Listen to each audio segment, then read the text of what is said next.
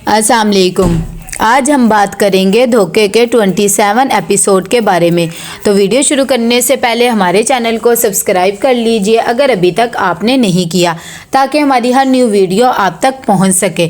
यहाँ पर जैसे ही अहमद आता है कोमल के पास तो उसे कहता है कि मेरी यूनिवर्सिटी में एक पार्टी है, तुम भी वहाँ पर आ जाना, मैं तुम्हें साथ लेकर जाऊँगा। तभी कोमल कहती है कि अच्छा ठीक है, तुम कायनात को क्यों नहीं लेके जा रहे? तो कहता है कि नहीं, मैंने तो उसे बताया भी नहीं है क्योंकि मैं तुम्हारे साथ टाइम गुजारना चाहता हूँ। यहाँ पर कायनात अपनी अम्मी के पास जाती है तो वो भी कहती है कि अब तो तुम मुझसे मिलने ही नहीं आती हो, क्या हो रहा है? अहमद तो तुम्हारे साथ ठीक है ना? और कोमल का क्या बना? तो कहती है कि हाँ वो तो ठीक है, लेकिन कोमल बेचारी बहुत ज़्यादा परेशान है।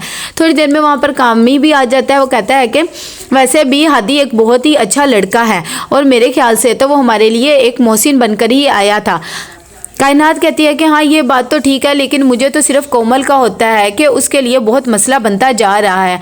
यहाँ पर अहमद जाता है कोमल के पास और कहता है कि तुम पार्टी के लिए तैयार हो गई हो। तो कोमल बहुत प्यारी सी तैयार होती है और उसे कहती है कि तुम लोग को क्या लगता था कि मुझे क्लास का कुछ भी नहीं पता है, लेकिन मुझे सब कुछ पता है। तो कहता है कि चलो ठीक है, अब हम लेट हो रहे हैं। जिस पार्टी में वो लोग जाते हैं वहाँ पर हादी भी आया होता है।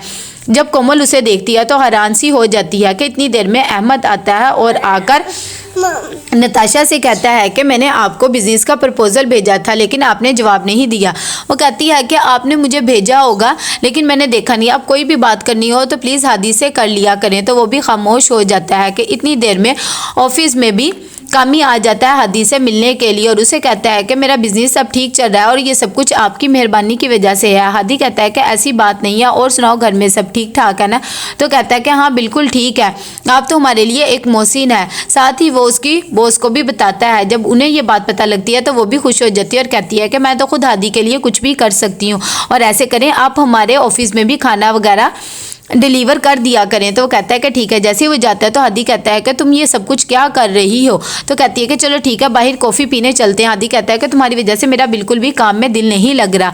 यहाँ पर कायनात की अम्मी जब उसके पास आती हैं तो कोमल भी उनसे मिलती हैं और वो उसे कहती है कि आज से मैं भी तुम्हारी माँ हूँ। कायनात भी जब ये बातें सुनती है तो अपनी अम्मी को कहती है कि ये बेचारी तो बहुत परेशान है, इसकी तो कोई भी जगह नहीं है इस घर में। उसकी अम्मी समझाती हैं और कहती है कि तुम्हें इसकी मदद करनी चाहिए। तो कहती है कि ये हादी से बहुत ज़्यादा मोहब्बत करती है लेकिन मानती नहीं है। दूसरी तरफ कायनात जब अहमद के पास जाती है तो उसे कहती है कि तुमने ज्वाइंट अकाउंट क्यों खुलवाया है? वो कोमल के पैसे थे। तो अहमद कहता है कि जाहिर बात है मैं उसका शौहर हूँ तो मेरा भी हक बनता है ना। यहाँ पर सुबह होती है तो अहमद की अम्मी आती है और कोमल को उठा के कहती है कि नाश्ता वगैरह भी बना लो, लेकिन वो उठती है और आकर कमरे में लेट जाती है जहाँ पर आयशा भी लेटी होती है। वो बहुत ज़्यादा रोने लग जाती है। कोमल उसे चुप करवाती है और उसे उस पर प्यार आने लग जाता है तो वो उसके साथ ही सो जाती है और उसे भी सुला देती है। दोनों सो रहे होते हैं कि इतनी देर में कायनात जब ऑफिस से आती है तो वो देखती है कि ये दोनों सोए हुए हैं। उसे भी देख के अच्छा लगता है और वो कोमल को कहती है कि कोई बात नहीं, तुम सोए रहो।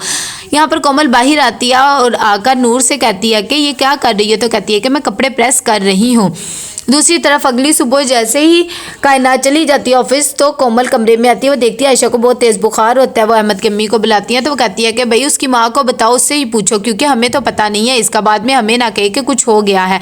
कोमल फ़ोन करती है कायनात को और उसे बताती है कि आयशा की तबीयत बहुत ज़्यादा ख़राब है, अब मैं क्या करूँ? जब कायनात को ये बात पता लगती तो कहती है कि मैंने अहमद को कहा भी था कि इसकी दवाई दे देना, लेकिन उसने दवाई तक नहीं दिया। अच्छा तुम इसे हॉस्पिटल ले आओ, मैं भी वहीं पर आती हूँ। जब वो हॉस्पिटल ले आती है तो कायनात कहती है कि अब वो कैसी है और साथ ही वो उसका शुक्रिया अदा भी करती है और कहती है कि तुम हादी के साथ चली जाओ। लेकिन कोमल कहती है कि ट्रीटमेंट चल रहा है और मैं इसके साथ कहीं भी नहीं जाऊँगी और आप फिक्र ना करें। जब ट्रीटमेंट हो जाता है तो वो घर पे आने लगते हैं। इतनी देर में कायनात हादी से कहती है कि वो जो तुम्हारी दोस्त है उसके साथ तुम्हारा क्या रिश्ता है? तो कोमल कहती है कि इन लोगों का तो बहुत गहरा रिश्ता है, लेकिन हादी कहता है कि ऐसी बात नहीं है, वो सिर्फ और सिर्फ मेरी दोस्त है। साथ ही हादी कोमल को कहता है कि अम्मी भी तुम्हें बहुत ज़्यादा याद कर रही है, तुम घर आ जाओ। पहले तो वो मना करती है लेकिन कायनात के कहने पर चली जाती है।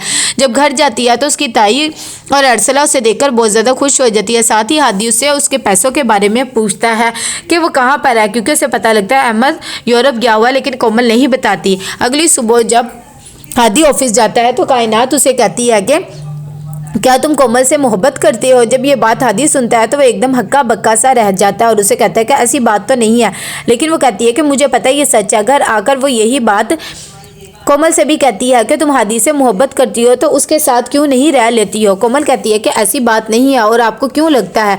तो कहती है कि कोई बात नहीं, तुम्हारी शादी हो गई है तो इसका क्या मतलब है। ये सब बातें अहमद भी सुन लेता है और उसे भी नहीं पता होता। कमरे में आकर वो कायनात से कहता है कि ये सब कुछ तुम क्या कह रही थी। तो कहती है कि कोई भी बात नहीं, ये हमारी पर्सनल बात है। तो कैसा लगा आपको एपिसोड, लाइक कमेंट शेयर करके लाजमी बताइएगा। अल्लाह हाफिज़।